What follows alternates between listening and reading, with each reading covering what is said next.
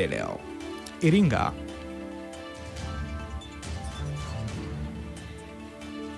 Jeshi la polisi mkoa wa Iringa linamshikilia Padri Jordan Kibiki wa kanisa Katoliki jimbo la Mafinga kwa tuhuma za kutoa taarifa zisizo sahihi kuwa alitekwa. Akizungumza, kamanda wa jeshi la polisi mkoa wa Iringa Alan Bukumbi amesema uchunguzi wa awali umebaini Padri Kibika alikuwa anakabiliwa na madeni baada ya kukopa fedha kutoka kwa watu mbalimbali na kushindwa kuzirudisha. Kamanda huyo amedai padri huyo hakutekwa kama ilivyoripotiwa awali, na baada ya uchunguzi wa polisi alikutwa akiwa Mbalizi mkoani Mbeya.